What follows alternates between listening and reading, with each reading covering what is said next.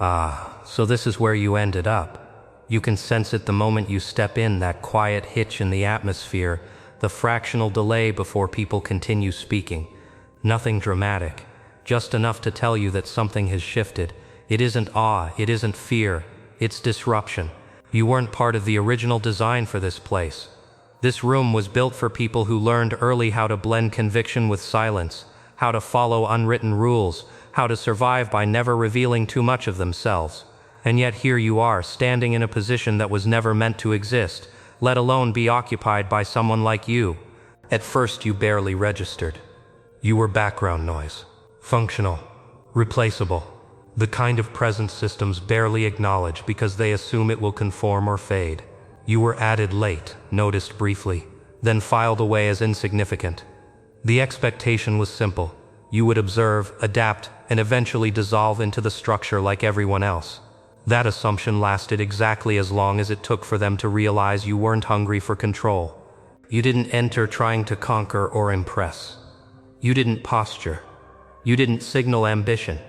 You arrived whole, calm, watching more than speaking. And that alone unsettled people who were used to reading desire on others like a resume.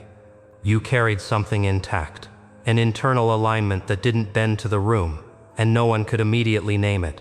You paid attention to how influence really worked here, not through honesty but through leverage, not through clarity but through placement. You saw the compromises made so casually they no longer felt like compromises at all. Truth softened for access, values edited for survival. And without intending to, you became reflective surface. People left interactions with you uneasy, replaying conversations that never contained confrontation. You didn't expose anyone. You didn't challenge the hierarchy. You simply refused to perform. You didn't shrink or inflate yourself to match expectations. That refusal landed quietly, but it lingered, like pressure that never releases. They began speaking about you dismissively in public and reconsidering you in private. You noticed it in the pauses, the recalculations mid-sentence, the way people subtly adjusted their language. After catching your expression, you weren't pushing influence, but influence began bending toward you anyway. Emails rewritten, decisions slowed, strategies reconsidered, not because you demanded better choices, but because cutting corners felt visible in your presence. That's when the structure became aware, not openly. Systems never announced disruption. It arrived as curiosity masked as caution. Sideways questions. Conversations about you that stopped abruptly when you walked past. They couldn't understand how someone without authority could alter outcomes, how someone with no agenda could carry weight, how someone uninterested in power could quietly affect it. Those at the top felt it first. They were accustomed to ambition they could manage, loyalty they could predict, but you wanted nothing from them. You didn't flatter or resist. You engaged when it mattered and disengaged when it didn't. That independence unsettled them more than rebellion ever could. You can't negotiate with someone who isn't trying to win. Hesitation crept in. A delay here, a reconsideration there. You became an unplanned variable in equations they thought were already solved. And the more they tried to define you, the clearer it became. You didn't belong to any category they recognized.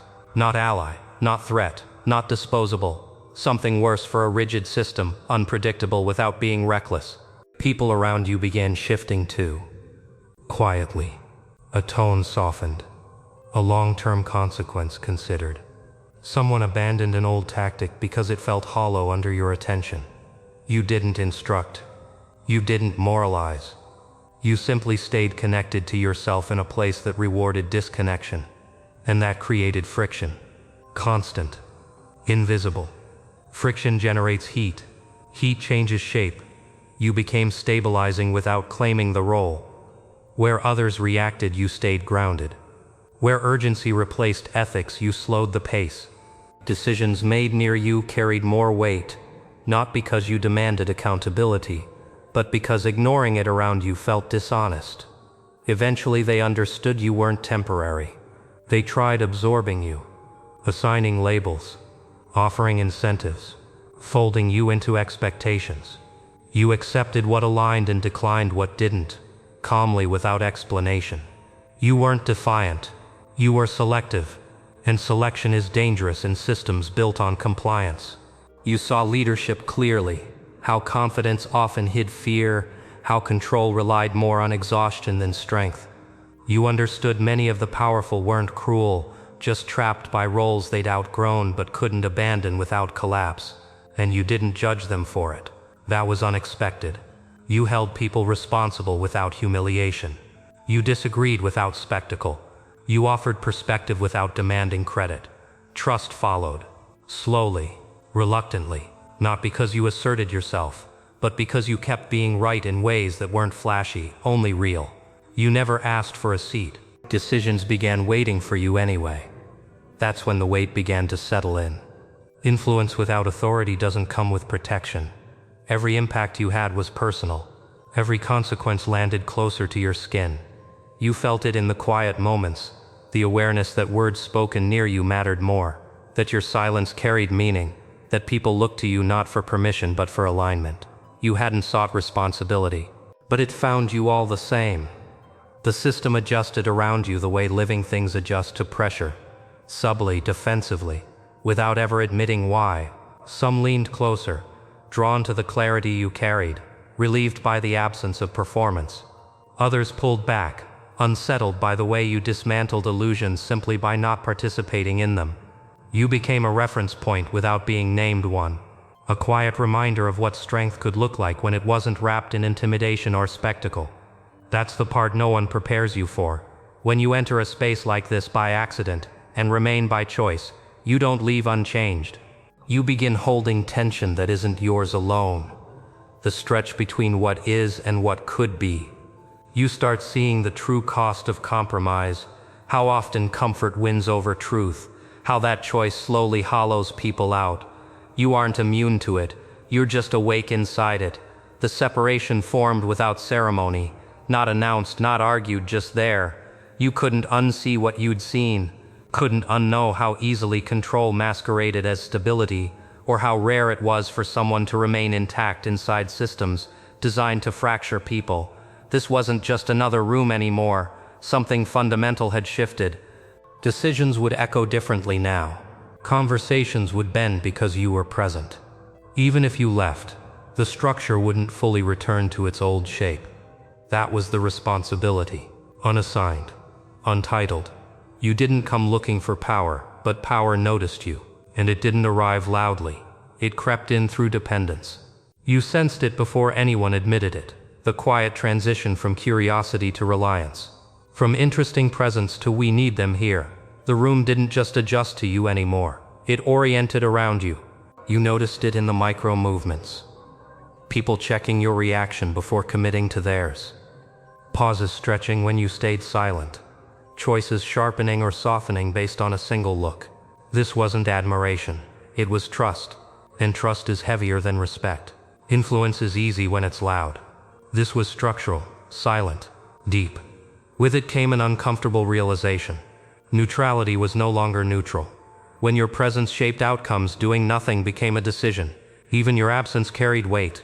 You began taking conversations home with you, replaying moments where your words had shifted paths you'd never walk yourself. You wondered whether staying quiet was still restraint or avoidance. Others felt it too. Some resented you without knowing why. Not because you took anything from them, but because you exposed how much they'd already surrendered. Your calm made their urgency look desperate. Your alignment made their ambition feel frantic. Instead of confronting that discomfort, they tried to reduce you. Too intense, too quiet, too principled, too unreadable. Labels are how systems protect themselves from mirrors. But not everyone pulled away. Some leaned in. People who had been moving on autopilot felt something reawaken in your presence. Not inspiration, permission. Permission to think slower, deeper, more honestly. You didn't motivate them with speeches. You did it by refusing to fracture yourself for acceptance. And that refusal created a problem. Not because you were disruptive, but because you were coherent. Coherence is dangerous in environments built on contradiction. You couldn't be rushed into false urgency. You couldn't be baited by status or recognition. Pressure increased, as it always does when systems sense change. You began seeing the divide clearly now. Those who wanted evolution, those who needed stasis. You hadn't chosen a side, but your existence forced others to. And that's when you understood the truth you couldn't escape. Staying would cost you. Leaving would too. Staying meant carrying influence responsibly, knowing your words could redirect outcomes you'd never personally experience. That your silence could enable as much as your voice could challenge. It meant accepting that you were now part of something you once only observed. Leaving meant walking away from a space you had already altered, allowing it to recalibrate without you possibly snapping back into old patterns once the mirror was gone. It meant choosing your peace over collective impact. Neither path was clean. Both demanded integrity. You noticed how power behaved differently around you now. Less posturing, more listening. Some didn't even realize they were changing. They only knew that decisions made near you felt heavier and therefore more real. You weren't softening anyone. You were grounding them. And grounding is rare in places addicted to momentum. But grounding invites resistance.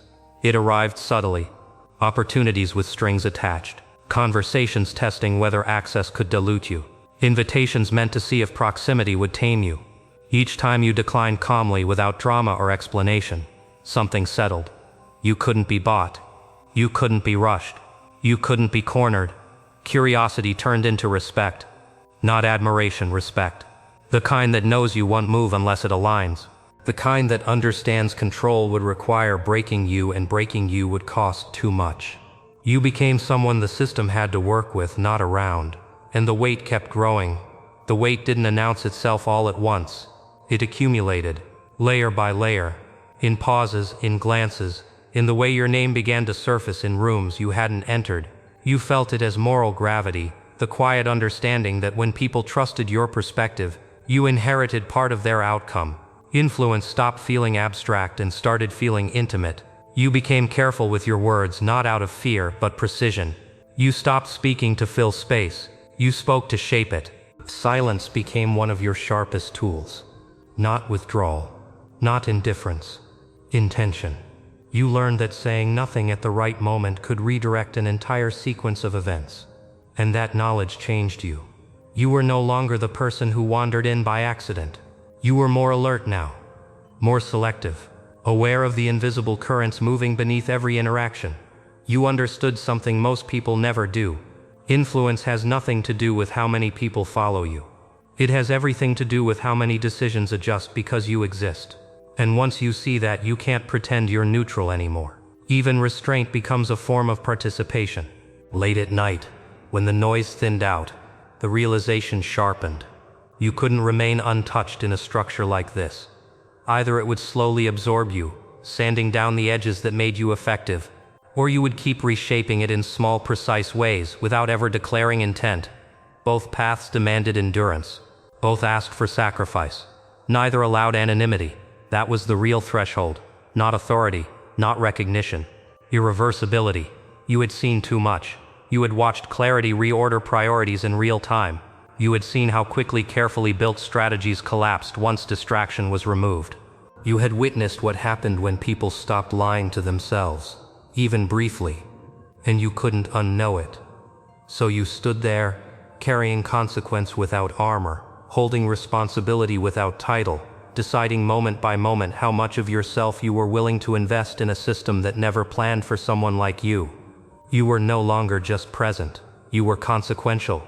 And whatever you chose next, whether you stayed and continued shaping from within or stepped away and let the absence speak, you wouldn't return to who you were before. Some spaces don't just contain you, they change your internal structure. They recalibrate your sense of responsibility. You had crossed that line. What followed surprised you. The system didn't just accommodate you, it adapted around you. Processes shifted. Conversations matured. Risk was evaluated differently, not because you demanded it, but because without your presence, things felt thinner, less grounded, performative again. You noticed how often people sought your alignment rather than your approval.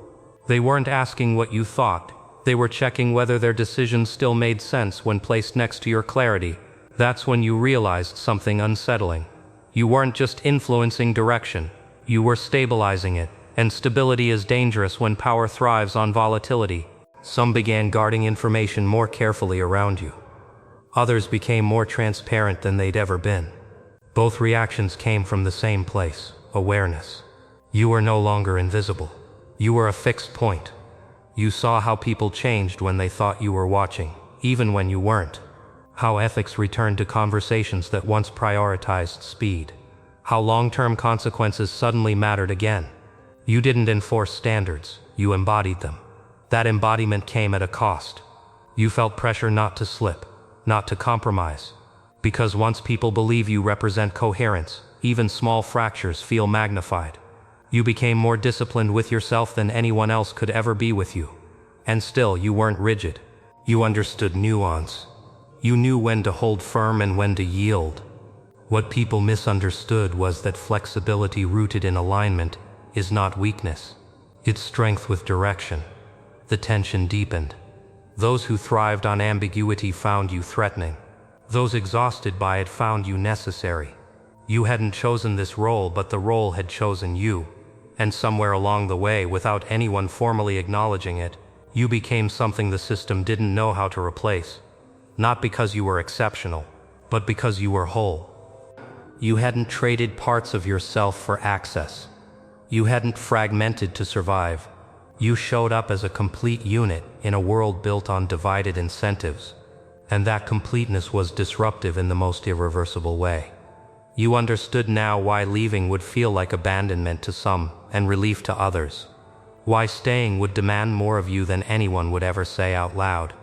You were standing at the center of a quiet recalibration, holding the balance between progress and collapse without ever being asked if you wanted to. This wasn't power in the way movies sell it. This was gravity.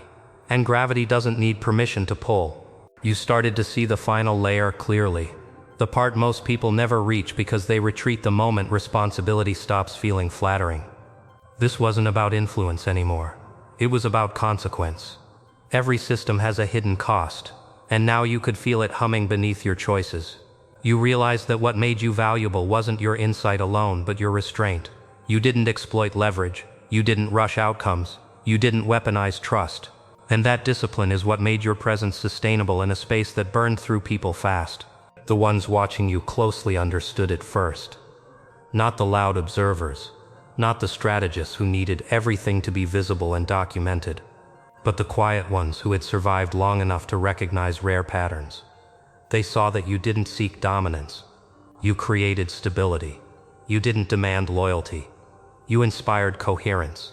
And in a world where power usually corrodes judgment, you made judgment sharper. That's when the dynamic shifted completely. You stopped being a variable and became a constant. Plans were shaped with you in mind, not because you insisted, but because ignoring your perspective increased risk. You were no longer consulted as a courtesy. You were consulted as a safeguard. And safeguards are never celebrated. They're relied upon. You felt the isolation in that. Not loneliness, but separation.